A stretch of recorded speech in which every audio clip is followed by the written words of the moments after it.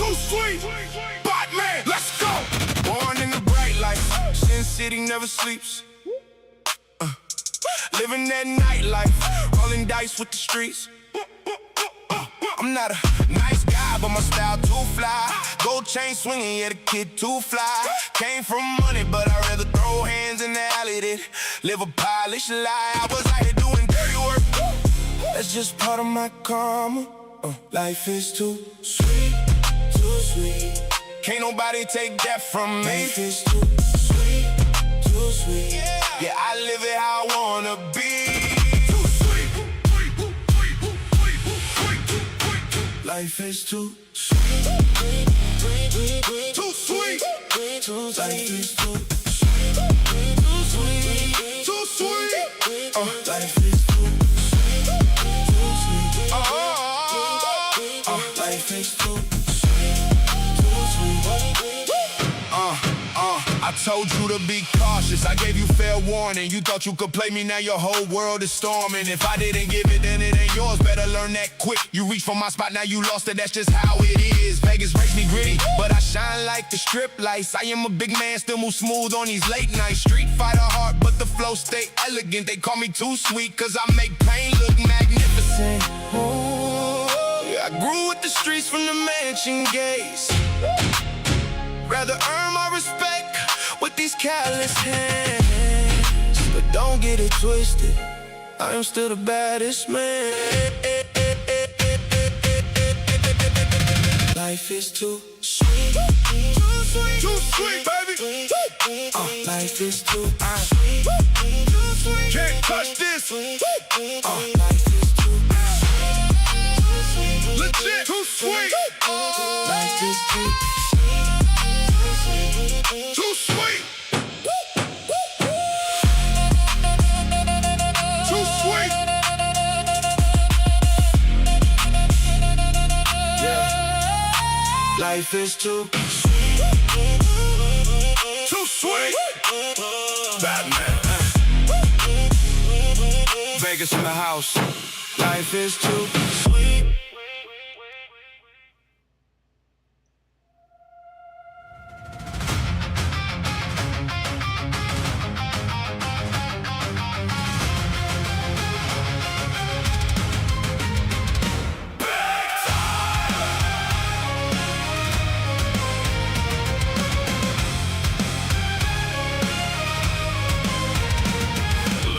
When I fell, said I'd never stand tall.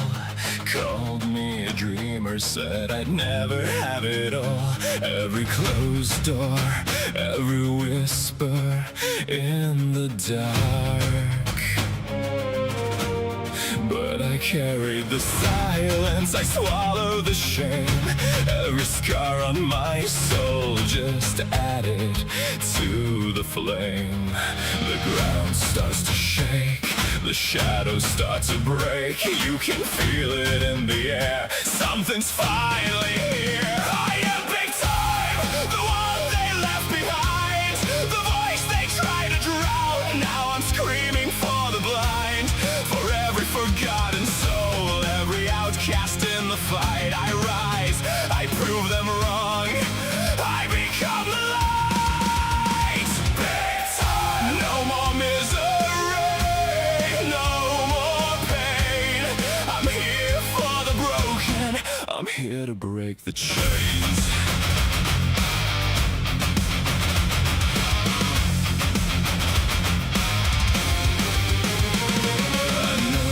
It's like to never fit the mold, to bleed in the silence while the world turns cold. Always the underdog, always the last pick, but the fire in my chest got too big to extinguish.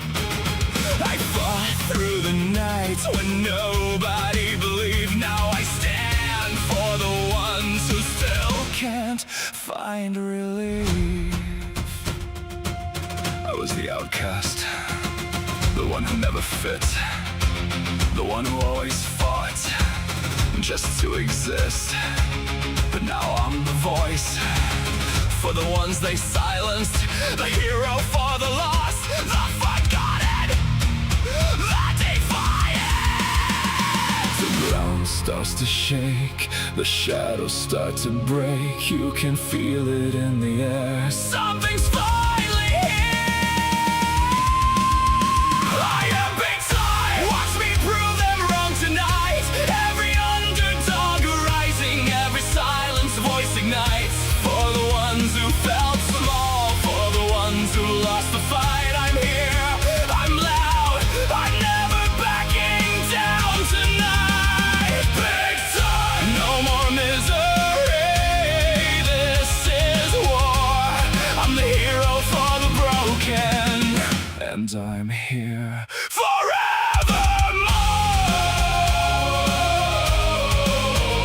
Big time, big time, big time.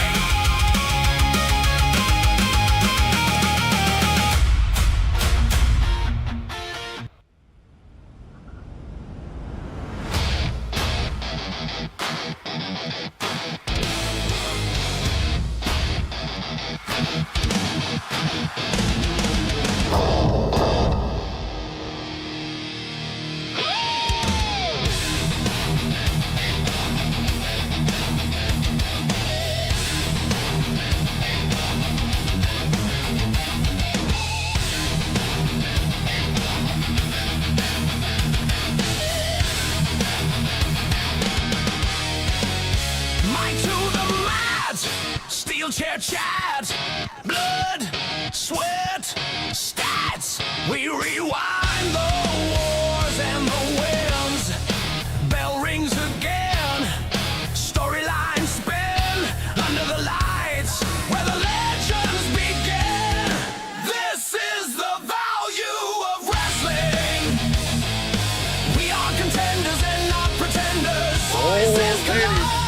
The echoes keep testing. Oh, you know, it's time. Yo. It's time. It's your boy, Mr. Z. The weekly Roundup podcast. The big man. This is the Mark value out or wrestling. get out. If you ain't The hit one a and mark out, only then get out. big man. You gotta be like me, slapping me, slapping me, me slapping me, me slapping me, me slapping. If you ain't hit a mark out, then get out. You gotta be like me, slapping me, slapping me, me slapping me, me slapping me, me slapping. Hey, And ladies and gentlemen, you know, I'm always here. Left, right, left. I am the one and only I don't know, but I've been told. Bravo Tango. Bravo Tango's coming home! Oh, yeah. Sound off! Ladies and gentlemen, it's weekly roundup. We're going to wrap up everything this week out of the past week of professional wrestling. From Monday Night Raw to Collision to the show they call Backlash. And if you've got whiplash after Backlash, I don't blame you because it was off the whole crazy. But ladies and gentlemen, we're going to get into it. We're going to dig deep, and we're going to talk about it all right here on the Value of Wrestling. We are live on TikTok. If you're in there, go ahead and join us on the chat. We are live on YouTube. You can join us in the chat there. You can give us your 2 cents. Mr. Z, how do you feel about this week in wrestling? Everything was good until Saturday. I don't know what happened. Other than everything else that was going down, it seemed like everything was built perfectly. Perfectly. And then Saturday came and went, and now here we are. Going, what the hell? Yes, no. It's been a crazy week. We're going to start with Raw. We're going to work our way through it all. And we'll talk about that. We'll talk about some of the news. We'll review Backlash. We got the top 10 in wrestling moments of the week. And Mr. Z is going to give you a little taste of his 5 minutes of Japanese wrestling here. Just a sampling. Just a little, what did they call those boards? A smorgasbord of samples. I'm just going to give. Yep, I'm just going to give you a smorgasbord samples. I'm going to give you just a little bit of an appetizer. And then you'll have to come on Wednesday and find out what happened. As long as we don't say you're going to give them the tip and just get them a little bit wet for what's coming on Wednesday. Oh, wet your whistle? I mean, it happened. There you go. Anyways, it was Monday Night Raw live from the Shy Health Center in Omaha, Nebraska. And this all built up. We've been building since WrestleMania to Backlash. We opened the segment with Bron Breakker taking out Seth Rollins. And, of course, Seth Rollins came back later with his fiery promo. We then saw, the back and forth with Rollins and Breakker. It's been okay, but most of the time it feels like Breakker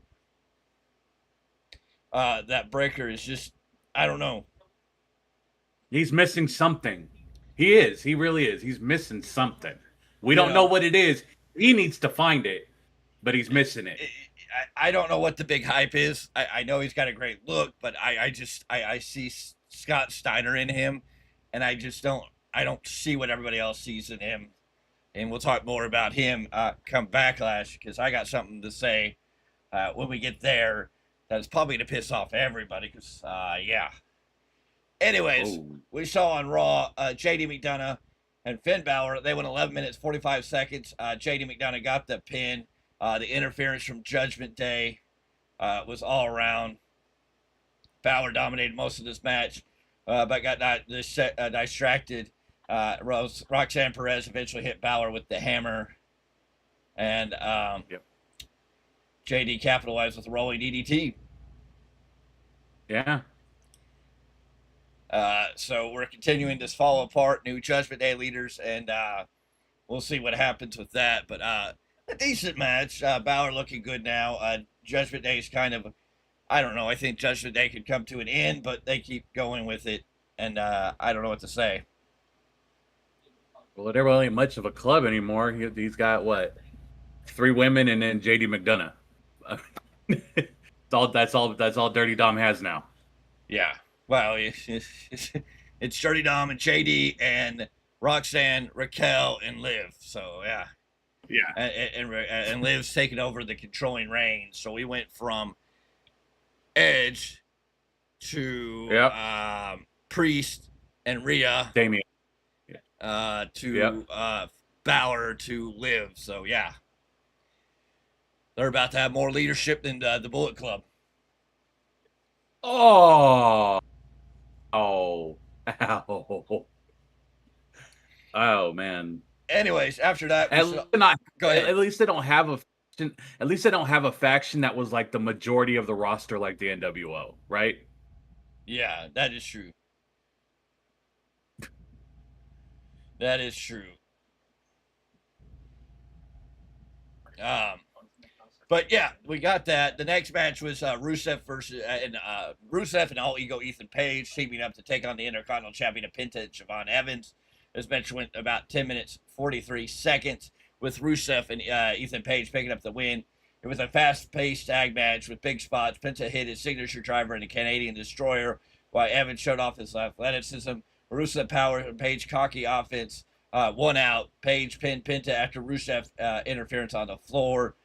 This is a decent match, not a horrible match. It's continuing this feud between these 4 men and really helping build up Ethan Page to feel like he is special. Way more special than he's ever was in AEW. He's already that much more special than he ever was in AEW. He was there, but he never really got the spotlight, and they're really pushing and taking him into the right spot. I think he's a good person to have in the Intercontinental title, U.S. title, mid-card, upper mid-card area doing this stuff. So he will probably be an Intercontinental champion before the end of the year. He better, because first and foremost, his entrance music is super catchy. Yeah. And the fans dig it. Ego. The fans dig it. Yep. I was like, damn, it's good. Yeah. But yeah, no, he is definitely a bigger deal now than what he has ever been in AEW. You're right. If he doesn't have the icy strap around his waist by the end of the year, they fumbled that one. Yeah. After that, we got the man with the best song in a while. Paul, can we fire Logan Paul? Yes. Yes. Joe Hendry has stirred up a bunch of stuff and antagonizing Logan Paul. Logan Paul wanted a match with him But even Paul Heyman wouldn't let him have the match with Joe Hendry and put Austin Theory in the match. This was a short match. Henry was over huge. I mean, he has always. Paul interfered, leading to the DQ. Henry still stood tall and hit his finisher on Theory after the match. And Joe Hendry feeling like something special and in the right place at this time. It was decent for what it was. Oh yeah. Put it this way, folks, if you don't watch this on a regular, go check Logan Paul's YouTube channel. His brother loves that song. Jake loves to sing that song. Paul, fire Logan Paul. Can we fire Logan Paul? Yeah, no, it's great. Joe Hendry is going to be great in WWE. I can't wait to see, because if you watched him in TNA with all his different songs that he made up for his different matches, it's going to be a blast when he gets more people in WWE and does this some more and everything. Hey, Joe Hendry, let's make a song about Paul Heyman. I think that's what you need to write a next song about. Oh, man. Something, call him something like a walrus or something, and we can have fun with it. Oh, man, that'll be hilarious. Great. You know they're listening, so we'll just keep talking and give them all the ideas they need. Very much. Oh, it's like when people listen and pay attention, we always enjoy feedback and conversations. We're always here to help promote, build, and do everything for wrestling. We love wrestling. From there, we have I mean, if you go ahead. I was going to say real quick, I know this isn't Thursday, but if you checked my TikTok, if you checked the Mogo TikTok, there are 2 events that I have plastered on there for 209 Dragon's Den. I think 2 of the events they've got. And yes, they're co-branded with our logos. Our logo of Value of Wrestling and our logo of Mogo Pod has been made sure that they're both code up there. There you go. And of course, you can go to the Value of Wrestling webpage and you can look at the calendar about those events. 209, SPW having a big event, Ugly Dojo having several events, Oasis Pro, Action Coast Wrestling, East Bay, a lot of events. But of course, that's all what we talk about on Thursdays, which you should be here on Thursdays to talk about all the independent wrestling action that we keep you up to date, because it's always a good time. You know, this weekend, which we'll talk about on Thursday, you had Comic-Con. You had some awesome shows that went down over the weekend. So a lot to talk about there. So join us on Thursday when we do the IWCP. There you go. There we go. From there, we had the Oba Femi Open Challenge, and we waited to see who was going to come out and face the ruler, and we got Alpha Academy. It looked like Akira Tozawa was going to take on the challenge. He marched down the ring, got in the ring, sized up with Oba Femi, and then thought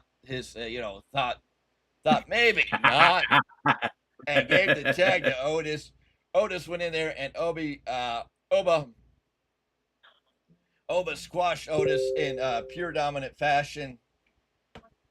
And that match went about 1:49 seconds. The ruler they're doing great things with Oba. I can't wait to see what they're going to do with Oba and how it's going to go going forward. He absolutely manhandled Otis. That's a 400-plus pound man that he was throwing around that ring. No, it was great, and he threw him around. We did have a moment with Sol Ruca out there with Becky Lynch. Great back and forth there. Of course, I would tell Sol Ruca, don't wear the old Van slide-on checkered shoes when you're trying to do a wrestling move. No. That's the only one took. That's the only takeaway from what anyone took was just her botch getting up the rope. We saw the trios match of the original El Grande Americano and Los Hermanos Americanos, or the Creed brothers, under Maz, take on the Los Grandes Americanos. This was a fun lucha match that the original El Grande Americano and Los Hermanos Americanos won in fashion. This is all building to their big match, mask versus mask match at whatever. I don't know what show it is anymore, if it's Triple Mania or what.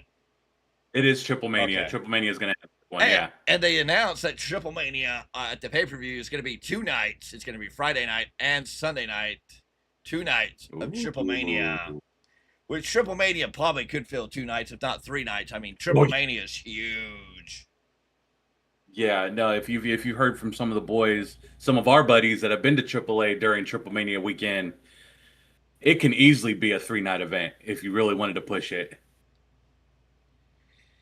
So, Raw ended in hot fashion with Roman Reigns and Jacob and signing the contract. And Roman pissed Jacob off again, and then the Tonga Death Grip. We got the history of the Tonga Death Grip. You don't use the Tonga Death Grip here, But yeah, Jacob Fatu looking strong. This felt like a good semi-build to Backlash. We got to see Soul Ruca start to make her presence more and more felt on this show. So it'll be interesting to see how it all plays out there. But Raw was definitely a good show for what it was. It's lacked a little bit, but it was a decent show this week. Yeah, it's one of those things that it's hard to have all that momentum come from Mania weekend. Then you have the fallout shows, which is your Raw, your SmackDown, and then you're trying to build to this pay-per-view. As we could see, the momentum flip-flops every week. Yeah. That brings us to Tuesday, where we had NXT live from, Winter Park, Florida, the Performance Center. This was a solid show for what they did. The show opened with Tony D'Angelo attacking Tavion Heights backstage. D'Angelo stormed into Robert Stone's office, the GM of NXT now, demanding a title match tonight, saying he's refused to be champion. So we got that great moment there. Then we had Kaylee Armstrong defeating Jada Parker in 9 minutes and 54 seconds. This was a strong debut for Kaylee Armstrong. It looked nice. Post-match, we had Natalya confronted a frustrated Jada Parker, telling her she has gone soft. So we're seeing something there. Yeah. I don't know about you, but I kind of I've been enjoying this more of a bully Natty's being lately to people. It fits perfectly. Yeah, no, this new Natalya is something special, and she's making big waves with this whole new character. Yeah. From there, we got Jackson Drake with Brad Baylor and Ricky Smokes. Jason Drake defeated Jasper Troy. Drake, of course, a part of the emerging vanity project from WWE into NXT and progressing forward. They're doing great things here. Jason Drake's an incredible athlete and a good heel. So, I mean, I don't think I can say anything too bad about all that. No, not at all. Anyone that comes from, not anybody, but the people we've seen and you've probably seen more of during your time during Mania weekend, that is coming from this ID program, all unbelievable athletes, all of them. Yes. We had the women's division brawl with Tatum Paxley, Lizzie Rain, Zarya, and Nikita Lyons got into a 4-way. This was all building up to the Women's North American Championship match coming up. Then we saw the culling of Izzy Dame and Nico Vance with Sean Spears defeat Lola Vice and Mr. Iguana in NXT. This was not a title match for the AAA Mixed Tag Team titles, but a good match for what it is. Anything with Mr. Iguana is going to be your comedy, your fun, your ha-ha. Yeah. Yeah, no, definitely. I mean, to everyone that sits there and gets mad over the comedy, remember, kids watch this too. You got to give them something. And I'll tell you right now, I've seen, when I was in Vegas, I've seen more kids with Mr. Iguana t-shirts than I've ever seen with any other wrestler other than Danhausen. Yes. From there, we got Dark State, Cutler James, and Orias Griffin with Saquon Shrugs, and Dion Lennox defeating Hank and Tank. Dominant performance here.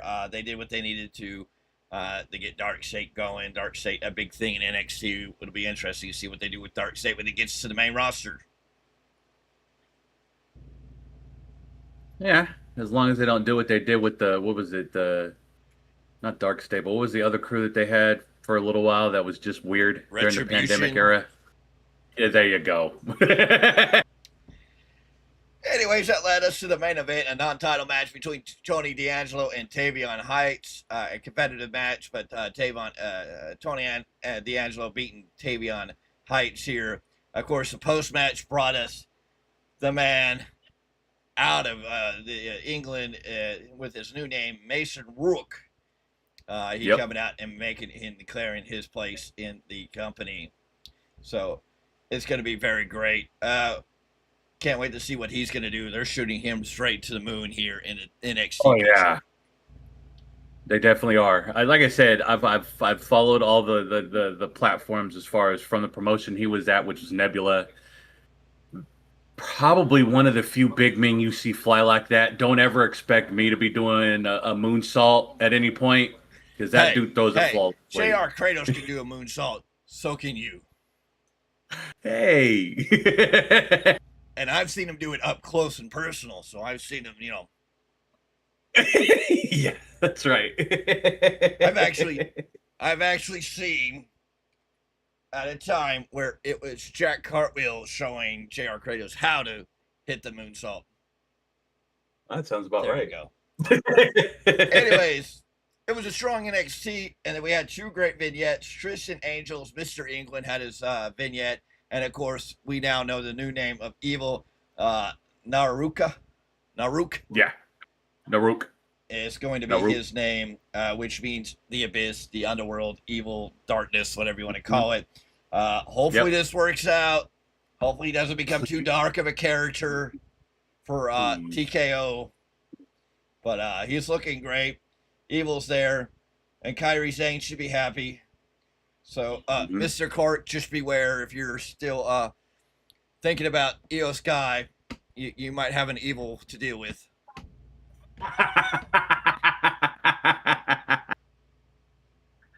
No, I told you he was probably excited over the internet schooling commercials that we were seeing during. Oh yeah, he's probably signing up for that just so he can see Deonna Purrazzo. It's all good. It's all good, brother. Anyways, that brings us to Mr. Z's favorite night of the week, Wednesday nights. He loves Wednesday nights because it's AEW Dynamite. It's a meat-slapping meat contest because they like to beat meat in AEW, or they stab their meat with needles. I don't know. Oh. Anyways, it aired from North Charleston Coliseum in North Charleston, South Carolina. This was a 3-hour Dynamite collision element together because they had something else going on. Anyways, they did an opening to remember Ted Turner, Tony Schiavone, and the return of Sting here to talk about what Ted Turner did for wrestling for WCW. And if it wasn't for Ted Turner, there wouldn't be Sting, there wouldn't be Darby Allin, and there sure wouldn't be AEW. And we will deeply miss Ted Turner. Ted Turner was Ted Turner had a lot of things for my life because I'm also a diehard Braves fan, so I mean it's a big loss there. But Ted Turner did have a lot to say. I wonder if WWE will put Ted Turner into their WWE Hall of Fame in the celebrity wing humorously. You know, that doesn't sound like a bad idea. I mean, I think I stated it there earlier when someone asked me. I was like, if it wasn't for Ted Turner, the wrestling we see now probably would have never been. No, we would have never gotten the Attitude Era now. And I mean, Eric Bischoff was a big player, but Ted Turner was the backer, the person who wanted WCW to compete with WWE. If it wouldn't be for Ted Turner having Eric Bischoff in that office and asking him what he needed to compete and being serious about it, you know, and Eric Bischoff's always said, I need airtime on Monday, and Turner gave him airtime on Monday, and boom, we were off to the races, and wrestling changed forever. Yeah. AEW Dynamite. We saw the AEW Continental Champion, Jon Moxley, because Jon Moxley's always got to have a title belt around him for whatever reason. He beat a guy from New Japan, Juice Robinson, via the Bulldog choke. So Juice Robinson has come back to AEW to be the Joker of the company. Yeah. Hey, I knew you were going to bring that up. I knew it because I watched that match and I was not happy either way. where's Switchblade? He's at home like a smart man. He ain't going back yet. Stay home, Jay. Anyways, Moxley looked dominant and aggressive. Juice got some good offense in, but Moxley forced him to pass out to the choke. Post-match segment highlighted Will Ospreay training with the Death Riders. Will Ospreay become a Death Rider? Well, the last post-match incident last weekend, I believe I talked about it on last week's show. Newman is really poking the bear, so we'll see what's going to happen. You mean the IWGP Heavyweight Champion that won that title and now is a second key player? The IWGP Heavyweight Champion is a background player in AEW. Yes. Hey, unfortunately. Tell me how Gabe Kidd's doing in AEW. Where was he? Anyone seen him? I think he's been on other shows. Let's see. I guess Okada's about the only person who has anything worth anything, even though his character's work sucks in AEW. Yeah, and I guess from what I heard, he's injured too. Anyways, next up was a double Jeopardy match with Orange Cassidy taking on Dax Harwood. The stakes at this: if Cassidy won, the conglomeration earned a future AEW World Title match. And this was an excellent match. And eventually, Cassidy pulled out the surprise pin after the long sequence to win this match. Chaos erupted when the Young Bucks, Cage, and Cope came out to interfere. And I guess we're getting a match, or we got a match on Saturday or at some point. Orange Cassidy, the Young Bucks, Cage, and Cope against FTR, the Dogs, and somebody else that I don't remember. Why? So we have the joke of AEW. I can't anymore, guys. I really can't. I can't anymore. Dynamite saw Okada defend the international championships against Brian Keith. So there was that. That'll be in the seats. The women's tag team match of Hikaru Shida and Chris Statlander defeated Mina Shirakawa and Harley Cameron in a solid tag team women's match. And in your main event, the AEW World Champion Darby Allin defeated the Jet Kevin Knight via Kafka drop. Solid match. MJF immediately came out and demanded a rematch. And we got what is going to be a hair versus title match. If MJF loses, he loses his hair. If he wins the title. So that's where we are with that. And that was your Dynamite. You hear how excited I was for that? I hope it lived up to your standard. I hope it makes your canoe happy to float. It ain't floating. It's been sinking every time. Anyways, this brings us to Thursday night, and it brings us to TNA. They were live at the Upstate Medical University Arena at the One Center War Memorial. That was a mouthful. The Upstate Medical University Arena at the One Center War Memorial in Syracuse, New York. Wow. Eric Young took on EC3 in a no disqualification match. The show opened with a violent hardcore war. Chairs, trash cans, steel chains, and tables. EC3 hit a 1%er with a chair wrapped around Eric's neck and a fireman's carry cutter using the chain. Young mule kicked EC3 low multiple times, drove him through a table on the floor with a power driver, and finished him off with a second power driver on a steel chair in the ring for the pin. EC3 getting the win after a brutal match. Wow. That sounded like a mouthful. Yeah, it was. We got the Knockouts division chaos here when Alana Black declared her intentions to challenge for the Knockouts title. Ash by Elegance and Indy Hartwell interrupted, leading to an argument over who deserves the next shot. This kept the women's division feeling stacked and competitive. The TNA World Tag Team Championships, the System, Brian Myers and Bear Bronson took on and defeated Nick Nemeth and Casey Navarro. The System, with full faction support of Alicia Edwards, Eddie Edwards, and Cedric Alexander, isolated Nemeth. Navarro had a hot tag with athletic spots, including a tilt-a-whirl head scissors and a slingshot plancha. Alicia eventually tripped Navarro, allowing Bronson to hit a power driver for the win. So solid stuff going on there. With everybody there. The System definitely has a different look. Bear Bronson, Cedric Alexander, some good pieces there. After losing, what's his name? Fandango down there. Oh, I forgot what his name was. Yeah, I can't remember what his name was, but I know he's gone. So, and of course, I mean, then they turned on Moose and kicked Moose out of the System. Yeah. Then we saw Moose and the TNA X Division champion Leon Slater defeat the System of Eddie Edwards and Cedric Alexander in a strong title match, or a strong match, not a title match. Excuse me. This kept Moose and Slater looking strong as they defeated the System. Damn. In the main event, the TNA Knockout Championship was on the line when Lai Ying Lee defeated Ariana Grace, who was with Stax. Xia Brookside was banned from ringside. Lee dominated early with power offense. Stax interfered multiple times. The referee would eventually eject him. Grace hit a code breaker and a swinging neck breaker, but Lee kicked out. Lee finished with the springboard buster. Post-match, Daria Ray presented the belt to the new champion.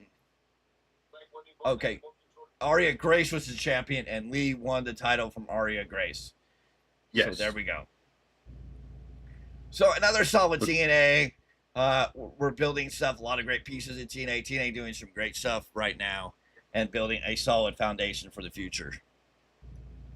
Oh, yeah, most definitely. The main event, obviously, the women killed it, as they always do.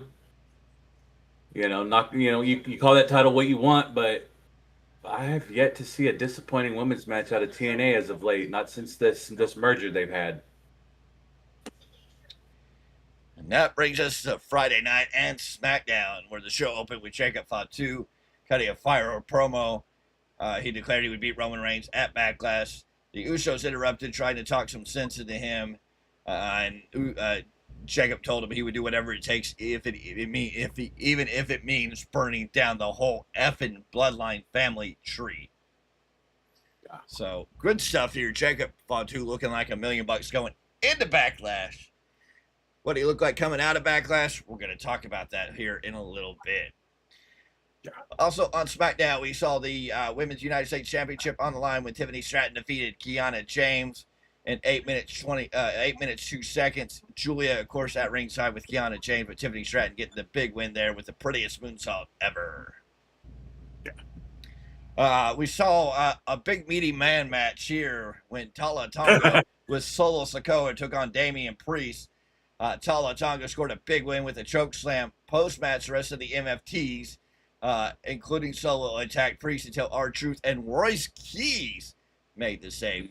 So very interesting how they're entering Royce Keys into this segment. We'll have to see what they do. I feel like the MFTs are a dangerous thing right now. I don't know if I want Royce Keys and the MFTs too tied in storyline. Hopefully this is short-lived, but yeah. From there, the match that I don't know who to root. I wouldn't know who to root for, but I was happy and mad. We saw Ricky Saints and Matt Cardona tie it up. Love Ricky Saints, but got to pay respects to one of the originals on this channel, Matt Cardona, who when I went and saw him at his show in Vegas, it's like, I remember you guys. But anyways, Ricky Saints picked up the win. Can't be mad. Just hate seeing Cardona lose. I hope they do something with Cardona to build him up a little more and give him a good run at something. Someone was saying that we need to see him just get a true IC title run, not the BS that Zack Ryder got. We want to see Cardona get a solid run. That's what we want to see. So what many people call the biggest joke on SmackDown has been this gingerbread man, and this week it was a funeral for the gingerbread man after Sami Zayn tore it apart. Trick Williams out here with the worst choir singing I've ever heard. I don't know if he was trying to sing or he was trying to rap. It was a horrible segment. I guess that was a joke. It eventually brought out Sami Zayn, who attacked Trick Williams, but in the coffin, in the dead gingerbread soup was Little Yachty. Little Yachty got up and helped save Trick Williams from Sami Zayn, and hopefully we're done with the gingerbread crap after Backlash. Yeah, I think I made it clear when they did the funeral. I said, "Well, folks, we're back to PG television." After that, we had the 6-women tag match when Fatal Influence, JCJ, Fallon Henley, and Laney Reed defeated Rhea Ripley, Charlotte Flair, and Alexa Bliss. Jane pinning Alexa Bliss after a rolling encore. Post-match, Fatal Influence continued to attack until Rhea made the save. Doing a lot here to make Fatal Influence feel important on the main roster as heel females. Glad to see that. Yeah. Royce Keys. No. Go ahead. Yeah, no, there's nothing wrong with that because I feel like they've made a Fatal Influence a much. I feel like the fans took better to this than the original version of Toxic Attraction. For some strange reason, the way JC has her group now, I feel like it just makes more sense and the fans are gravitating towards it. And that's great. So, from there, we got to see Royce Keys in action again. And he got to face another familiar face I'm sure he's used to. He went one-on-one with Tama Tonga, and he got the big win. Hopefully they continue to keep doing good things with Royce Keys. Tama Tonga was a solid opponent tonight, but I know they have history in the business. Oh, yes, they do. Yes, they do. And then we had to close out with finally finding out what Gunther's favorite for Paul Heyman was. And this was a twist because it was originally going to be a match with Brock Lesnar, but since Brock Lesnar has officially retired and this pretty much clears it up, it was Paul Heyman getting Gunther drafted to SmackDown so he could face Cody, and him and Cody will face for the title at the Clash of, in Italy next month. Good. That's the next big PLE is the Clash in Italy. Cody said a lot of great things here. The great line, I'm not easy to find, but hard to beat. Then told Gunther, if you think I'm sweating you, I'm not. Cody Rhodes definitely fired up, looking very, very impressive. Yeah. Definitely. Oh, I forgot because there was a joke. We were at the ViaStar Veterans Memorial Arena in Jacksonville, Florida. So when Paul Heyman said the match is not for Jacksonville, but for Italy, I'm sure that rang hard. It felt a lot of people's influence because we all know who runs or wants to say they run Jacksonville. Yes.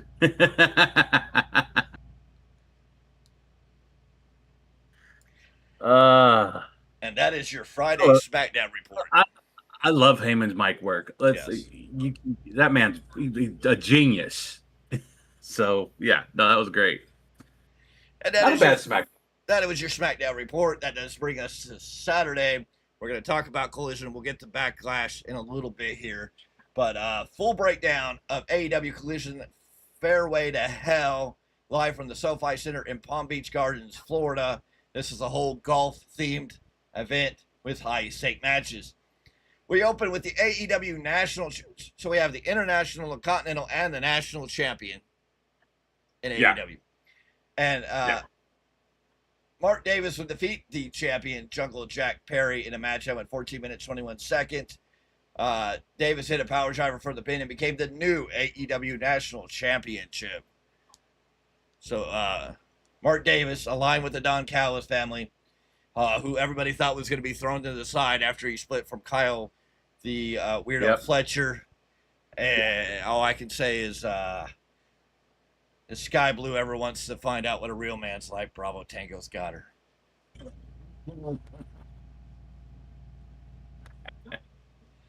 Anyway, there you go. So Mark Davis as a title. I don't know what all these, the International, Continental, and the National. There's too many titles over there. Yeah. AEW's Women's World Tag Team Championships in a non-title match, so they weren't on the line. Divine Dominion, Megan Bain, and Leon Cross defeated Ruthie J and Rachel Lee in a 5-minute squash match. Need I say more? No, you're good. You move on. Match 3 saw Speedball Mike Bailey with Kevin Knight defeat Karrion Gray. And the AEW World Championship no countouts, Darby Allin defeated Pac in a 20-minute, 17-second match. Did you see the highlights from that match? No. Let's just say a lot of it took place in a bunker. Yay. Anyways, ladies and gentlemen, that's your week of shows and a wrap. We'll talk about Backlash in a moment, but let's go over the top 10 historic moments in wrestling history for the week of May 3rd to May 9th. Starting on May 3rd, 1998, it was ECW WrestlePalooza. Al Snow would make his final ECW pay-per-view appearance in a wild show featuring hardcore action. It marked the end of an era for one of ECW's most eccentric stars during this promotion's peak popularity. Al Snow, who would go on to WWE and talk about a lot of head, wanting head, giving head, carrying head, all about the head, which was a far forward step from his former gimmick as Leif Cassidy in one half of the New Rockers with Marty Jannetty. Oof. Ouch. Why'd you have to go there? Number 9, May 9th, 1992. The landscape of wrestling would change when this superstar out of AEW, or not out of AEW, out of AWA would show up and create one of the most iconic characters in WWE history. Ladies and gentlemen, we're talking about the late, the great, rest in peace, Scott Hall, when he debuted as Reza Ramon and defeated Paul Van Dale. And this not only launched one of the great characters in the new generation era, but was definitely a momentum building for the change in Scott Hall. Scott Hall didn't really know if he was going to make it in wrestling. He had been floundering around between AEW and WCW. And when he came here and found this razor gimmick, he changed the world and became one of the biggest players in the business after that. Mm-hmm. Yes, sir, he did. Number 8 is a repeat, I think, from May 3rd, 1995. It was the New Japan Pro Wrestling Don Teko,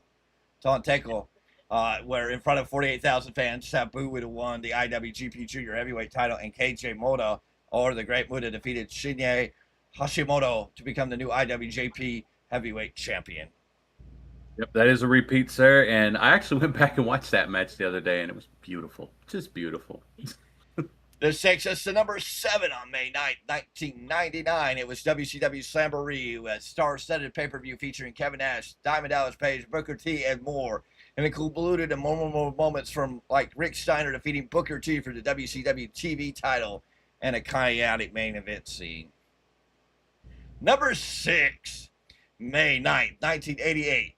Jerry the King Lawler would become the new AWA champion. In Memphis, Lawler would defeat Kurt Hennig in a career versus title match to capture the AWA World Heavyweight Championship, and a huge moment for Lawler and Memphis wrestling. It's a good one. That sounds like a great one right there. Number 5, we go back to May 9th, 1971. Tatsumi Fujinami would make his pro wrestling debut. The Dragon made his professional wrestling debut at the age of 17 for the Japanese Wrestling Association. He went on to become one of the Japan's greatest legends and a multi-time world champion.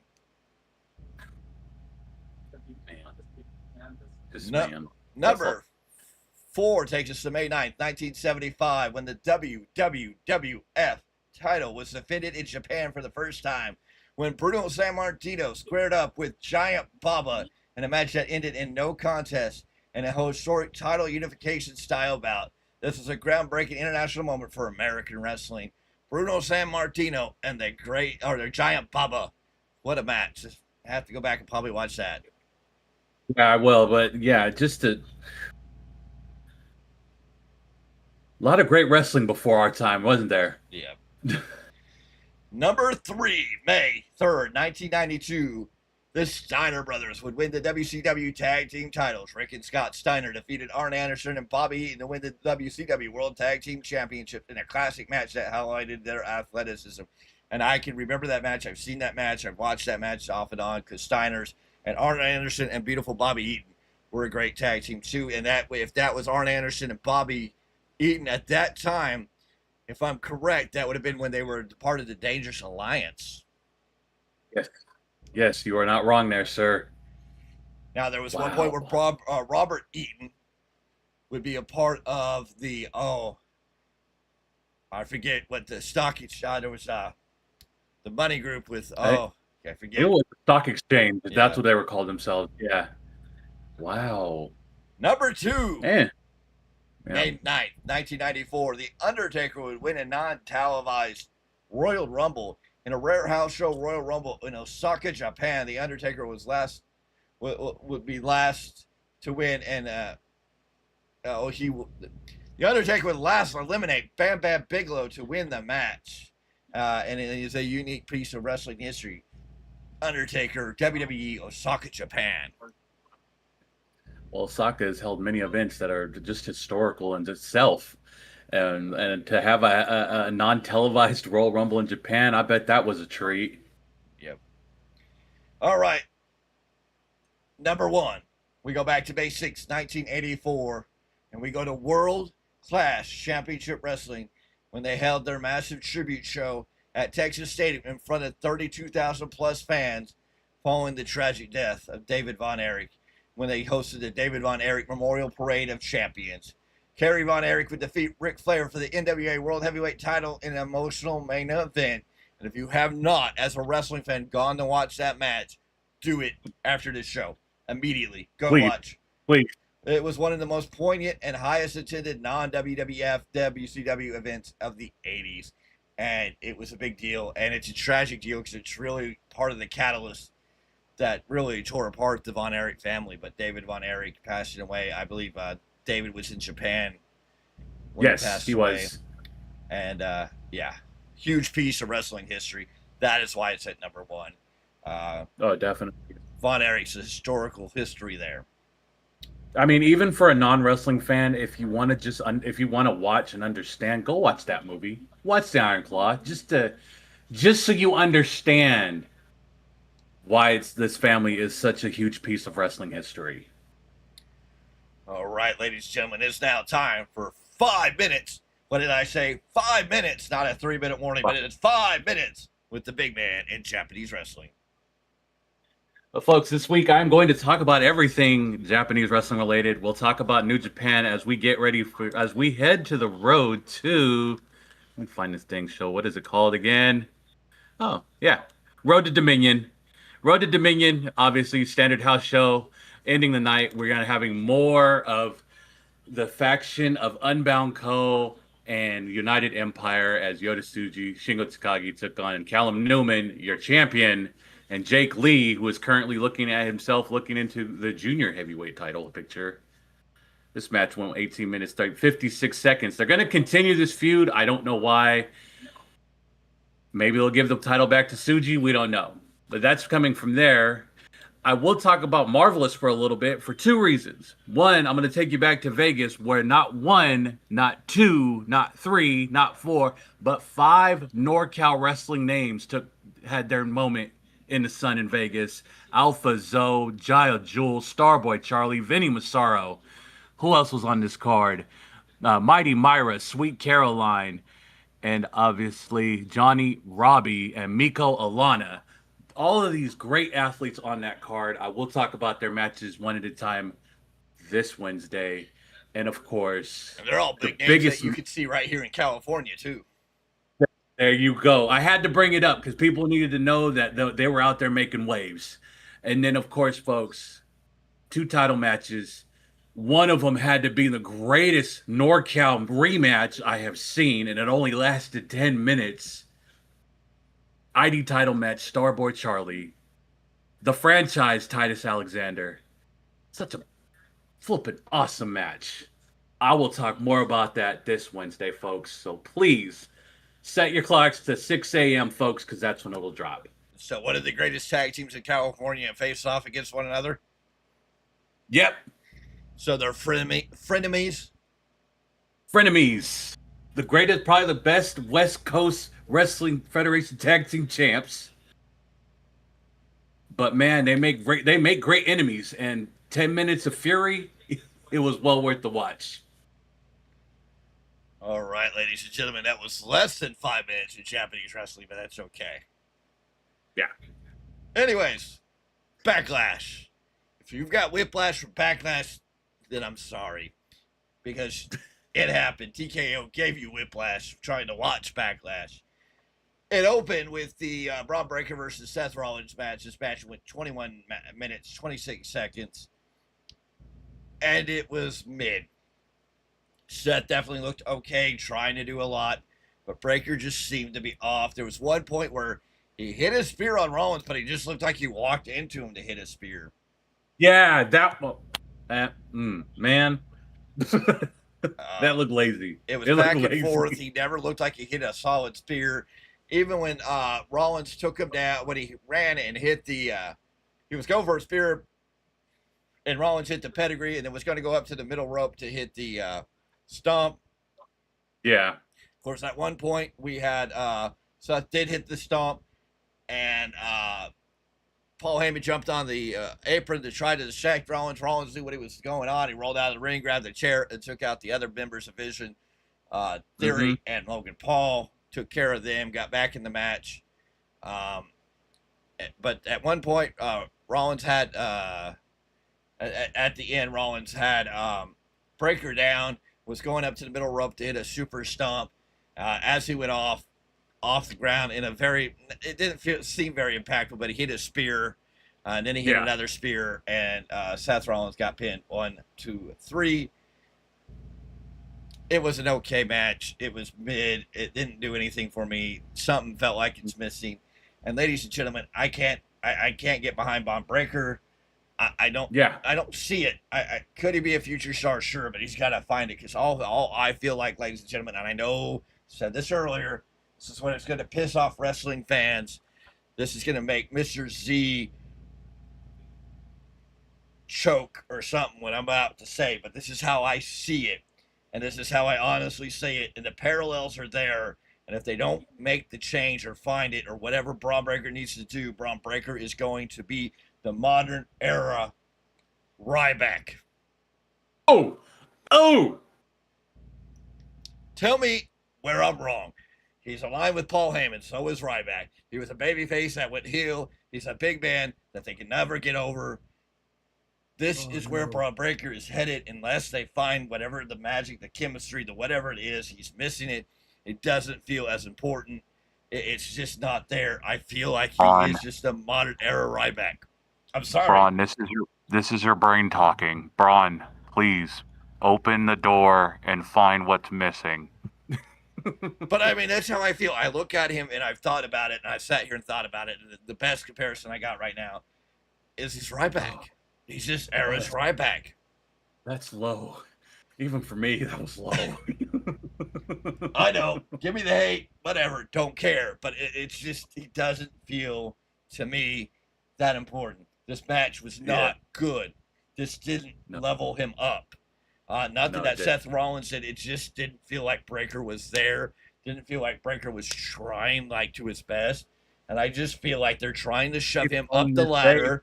They're trying to make him like they did with Roman Reigns. It's not working. And I feel they're doing the same thing they tried to do with Ryback here with Bron Breakker. I feel like he is going to fall into that element if he's not careful, or WWE, TKO, whoever is not careful. Yeah, definitely. Yeah, that was ouch. Yeah, we'll move on. From there, we went to the United States Championship match. Trick Williams defending the belt against Sami Zayn, a rematch from WrestleMania. This was a solid, decent match. Not great, not overwhelming. It ended the same way. Sami got distracted by Little Yachty, hit Little Yachty with a haluva kick. Then went in to go hit a haluva kick on Trick Williams, but Trick Williams hit the trick shot and retained. And we continued on. Williams and Yachty celebrated as Zayn sold the frustration from outside the ring. Not a whole lot to talk about here. It wasn't even a match that needed to be on this card. No. That would look more like the way it felt to me, it probably belonged on SmackDown. The biggest match that everybody was anticipating, maybe possibly outside of the main event, Danhausen and his mystery partner to take on Miz and Kit Williams. Kit and Miz came out, and then they started Danhausen. Danhausen had a great video package before this. They had an awesome video package for Danhausen. I was like, that is incredible. But then they brought out the cloning machine. I had heard rumors of CM Punk. I had heard rumors of Jelly Roll. I had heard rumors of all types of people, and I was like, I wasn't real happy about Jelly Roll. CM Punk seemed to make sense. There was a lot of names that were there. Anybody would have been better than what they did. The clone machine started doing its thing. Danhausen opened it up, and one of the minis from his WrestleMania gimmick came out. And so it was Minihausen and Danhausen. And yeah, they pick up the win. Eventually, Kit Wilson throws the mini Danhausen back in the cloning machine. And I thought, oh, maybe here we're going to get somebody serious. No, we just got the rest of the mini Danhausens who all attacked. I get comedy wrestling, but I'm like, I don't know. Could they have not at least given us something here? They could have, but you know, we're not right. Could they not have brought back Braun Strowman to come out as Strowmanhausen and somebody? I mean, anybody would have been better than what we got here. Well, we thought you were out there. We were wondering. We haven't heard nothing from you all week. You've been missing, so we they were wouldn't thinking, let me in the building. Okay, that makes They sense. said I didn't have the right credentials. I tried to make phone calls, but nobody was picking up their phone. Sounds about right. No one ever picks up anything around here. Anyways, that brings us to the match of the show. Io Sky and Asuka, definitely the match of the night, if not one of the top matches of the year. This was back and forth. This was solid what you thought we should see. In the end, Io Sky getting the big win. This was a beautifully executed story celebrating Japanese women's wrestling, the Joji style of wrestling. Yeah. Yes. And it was beautiful. Of course, after the match, Asuka broke down, hugged Io. They made peace. Asuka in a lot of tears. And because of a post she made on Instagram and a lot of other stuff, everybody thinks she's gone from WWE. She's retiring. She's leaving. Who knows? From what we hear right now, doesn't sound like it. We'll talk about that a little bit later. But this was the match of the night. This was beautiful. The end of a very long story of Damage Control to this point, and now we have the end of Io Sky and Asuka. Oh yeah, no, that was top tier Japanese women wrestling. If you weren't a fan of it, this made you a fan. You couldn't have told the story any better. Yeah. From there, we got the John Cena appearance where he came out and talked. But eventually, what we got was John Cena is introducing us to the John Cena Classic Tournament, an annual event with some type of title or trophy that is about veteran stars and rising stars. It got a pop. It's Cena. I don't know if a lot of people, I feel like a lot of people are out here talking about it and still trying to understand it and put it all together. I think it was more confusing because Cena just talked too much about all of this. But we'll talk about that a little bit later in the show in more detail. Yeah, no, I was confused too because I was like, what? I was like, are we having a Continental Classic? I mean, is this going to be done right for once? It's hard to say. It was very interesting. Sorry about that. We got to get back. Okay, we're back on TikTok. TikTok dropped us for a moment. But anyways. We're here. But, I mean, Cena did his thing. And we'll talk more about it here in a moment, about all the details. Yeah. All right, ladies and gentlemen, this brings us to the main event of the evening, the Bloodline Civil War, as it's being called, but I don't know how it's a civil war between two people. But anyways, Roman Reigns versus Jacob Fatu. Jacob Fatu came out with a lei that was made by the daughter of Haku to wear. And this match was a brutal match. Fatu kept trying to get the Tongan death grip on Roman. And kept fighting back. Finally, Roman gave everything to Fatu. Fatu kept kicking out. Eventually what happened was Roman was in the Tonga death grip, if I remember correctly. He tried to grab the referee. He walked over to the quarter pearl, pulled off the turnbuckle, got free for the Tonga death grip, shoved Fatu into the turnbuckle, the exposed turnbuckle, and then hit a spear and got the 1, 2, 3 in a very weird pin. And post-match, Fatu snapped, choked out Roman with the Tonga death grip.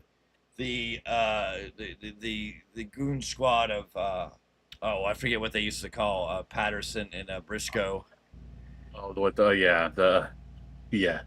were. The bunch of you had Jason Jordan, and Jamie Noble, and Hurricane Gregory Helms, and Adam Pearce out there, all trying to pull Fatu off of him. Fatu beat some of them up. Tonga death grip. And then eventually left the ring, came back, Tonga death grip, choked out Roman. Stood tall over Roman, but hopefully they fix this together tomorrow night on Raw to give us more. This was just a disappointing ending. I knew Roman wasn't going to lose, but I didn't think they needed to pin Jacob. No. This match went 18 minutes and 2 seconds. I don't know. I don't know what we got here. I don't know where we're going from here. It's just interesting. Well, maybe we should start looking into their Chat GPT references and see where they're going with it. Well, that's TKO. Overall, Backlash to me was nah. Yeah. I don't know what we really got. I felt like it was a step backwards. We had one good match for the whole night. Yeah. The girls stole the night. Yeah. Period. Yeah.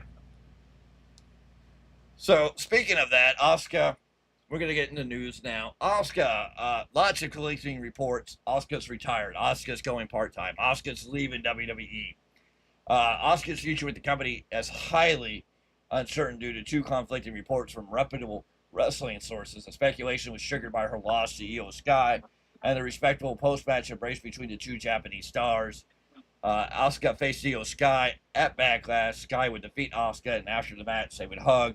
Asuka was very, very emotional after this and started making people think she's retiring, she's leaving WWE. We know the budget cuts. We know all these stories. So a lot of questions are asked. Dave Meltzer, Wrestling Observer, said that Asuka is now semi-retired. But also Meltzer said, and I quote, "The story I heard is that she is semi-retired. I haven't really gotten an exact meaning of what semi-retired means. I don't know if that means she's going to Japan and still wrestle. I don't know if that means she's going to still do stuff here and there, but I was told that she's semi-retired." Meltzer also noted that talent backstage at Backlash were saying goodbye and wishing her well, which added fuel to the fire. Now, Viper from Bodyslam.net had a very different opinion, who has pushed back against the retirement talk and said, "I was told last night that Asuka is out indefinitely for personal reasons, and that myself or Body Slam will not be disclosing what those personal reasons are. As far as retirement or semi-retired, like Dave is alluding, as of last night, I'm told that is not the case." So as it stands, there's no official statement from WWE. No one has confirmed a retirement, a contract expiration, or release. And we have 2 reports leaving things open. Yeah. Before we started the show, I read that Sean Ross Sapp was saying she's not retiring. That she may not even be leaving the company. It's very much up in the air. Asuka has been a part of the WWE and one of the most decorated women since her debut in 2017. She went on that long undefeated streak through NXT until she lost to Charlotte Flair on the main roster thanks to Vince McMahon. Yep. So it's going to be interesting. All we can say right now is Asuka's current WWE status is unclear. It does look like she may be stepping away from the time. If there's any truth to the rumors that she has some personal issues she's got to deal with, then maybe that's what this is. This is a goodbye. She's going to go away, take care of family, rest, whatever. And that's okay, too. Yes. So we'll have to wait and see. Yeah, because I was going to say, a lot of it's always after like either the big events, WrestleMania season. Sometimes most of them wait till after the pay-per-view, the fallout from WrestleMania, to take their vacation, their breaks, or whatever. And if that's what she's going to do, rest up, and we'll see her in the near future. So, John Cena announced his classic tournament, an annual event he hopes will stay going for a long time. So during Backlash last night, 17-time world champion John Cena had his major announcement that they are doing a brand new annual event called the John Cena Classic. What is it? It's well, I guess from what I'm reading here, and I got this, I don't know if this is going to be a premium live event in its own. Yeah, that's what it kind of sounded like, or what this is. It's going to be a tournament style that pits WWE main roster against NXT superstars, supposedly, as we understand it. The goal is to showcase current stars against the next generation of stars, creating opportunities for rising performers to break through. Some of the key features: this is supposed to be an entire dedicated event to this. So if it's a whole PLE, as Cena did say, it would be an event. So I don't know. Yeah. It's a brand new championship that will bear John Cena's name. So I guess this is going to be like the Owen Hart Classic in AEW. I'm sure we'll get a men and a women's. The winner will be determined by fan voting for the WWE universe rather than solely by in-ring results, which is very confusing and it doesn't make a whole lot of sense. And I don't know if this is going to be purely factual based on fan voting or if it's going to be simulated based on fan voting. We'll just play in the storyline. Well, the fans vote, but is WWE going to already have their winner that they want to push into that slot, or are they really going to let the fans vote? The format and rules. Fan voting decides the champion. Every participant in the tournament is eligible to win regardless of their win-loss record. A wrestler could lose every match but still be crowned champion if the fans vote for their hustle, effort, and connection with the audience. Cena emphasized for the first time in history, a superstar may not win that match, but their hustle could win, which he did say they could win the fans' votes. The event will embody everything Cena stands for: hustle, loyalty, respect, and giving back to the fans. It is designed as a recurring annual event, not a one-off. The sky is the limit, suggesting it could grow into a major yearly tradition. Cena positioned the tournament as the next phase of WWE career post-retirement. It's built into a concept for his retirement show in December, which he talked highly about. Gave a lot of love and credit to Gunther, Obafemi. The crowd popped for that. Sol Ruca and Javon Evans, all highly talked about. But this is going to be an opportunity for NXT stars to really break out. It's going to give stars who may be underutilized in the mid-card a chance to shine. Let the WWE Universe have a direct voice. We'll have to see. And at this time, we don't have any great information about when, where, what the bracket's going to look like, and when this is going to happen. It may be at the end of the year when Cena had his event. It may fall into that. So we'll have to wait and see. This is definitely going to be interesting. It could be a huge legacy builder for John Cena, or it could really be something that hurts his legacy. Find out. Again, we get the premise. Like I said before, could this be the Continental Classic done properly? Is what it sounds like to me. Could be interesting. We'll have to wait and see. Yeah. But ladies and gentlemen, that's your week in professional wrestling. We talked about Raw. We talked about NXT. We talked about AEW Dynamite, what Mr. C loves to watch. We talked about TNA. We talked about SmackDown, and we talked about Mr. Z's second favorite show of the week, Collision, because he can't get enough AEW. Tony Khan, he's your number one fan. He's your number one fan, Tony. He wants to interview you. He wants to be your number one fan. Pocket star right here. There's a price with that, TK, so hook me up. You seem to be doing that with everybody else. Anyways, we talked about Backlash. It was there for us. Maybe you loved it. If you disagree with us, drop your thoughts in the comments below. We'd love to hear from you. Yes. If you have any suggestions for the show, then let us know. Tune into the Markout Podcast with Mr. C, the Japanese Rebound Podcast, or the New Japan Rebound Podcast on his channel each and every Wednesday. Be back here on Thursday when we go back into IWCP. We talk about the Independent Wrestling Community Podcast. We talk about everything independent wrestling, from SPW to Ugly Dojo to Oasis Pro, the West Coast to ACW, and Millennium Pro Wrestling, Big Time Pro Wrestling.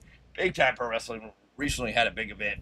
So, I mean, a lot of things going on there. So make sure you join us on Thursday for that.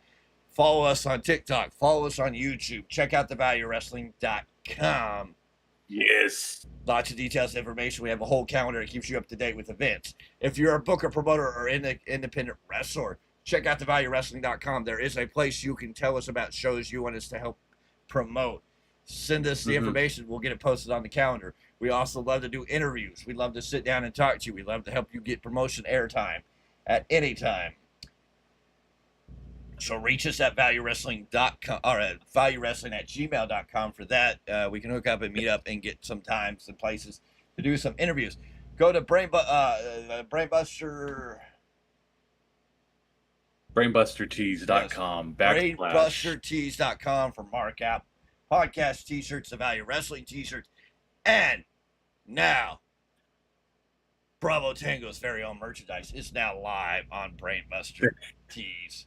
So if you want a Bravo Tango shirt, hoodie, sweatpants, tank top, hat, beanie, fanny pack, just if you're going to use the Bravo Tango fanny pack, don't put your gimmicks in it.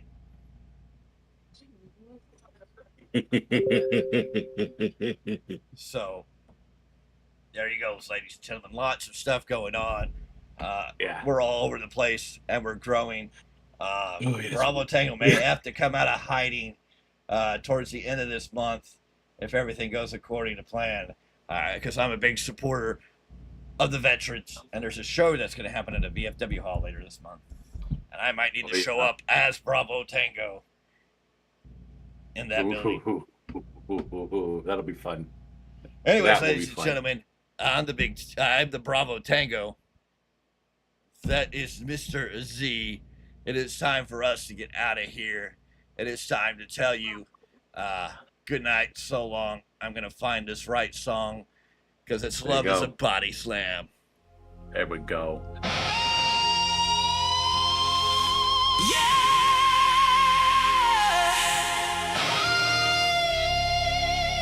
Are you ready? Love is here. Let's do this.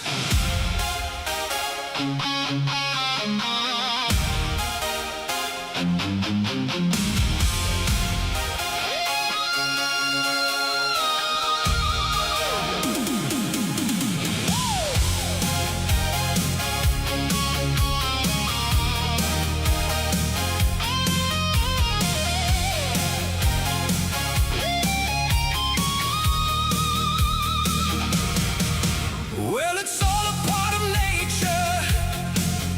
We were made to feel the heat. Lights are flashing, crowd is screaming. Everybody's on their feet. I step into the spotlight with my hair slicked back just right. I'm gonna take you to the mat. Gonna show you how I fight. Love, it's a body slam. Why don't you understand? Love, it's a body slam. Love, it's a body slam. I'm the greatest lover, baby, and I'm never gonna let you go. It's a body slam. Now you know it's just a matter of time before you fall into my arms. Every girl wants a piece of this. I bring the fire, I bring the charm. I've been holding out, playing it cool, but girl, it's been too long. Tonight I'm gonna show you, 'cause I know you can't go wrong. Love, it's a body slam. Why don't you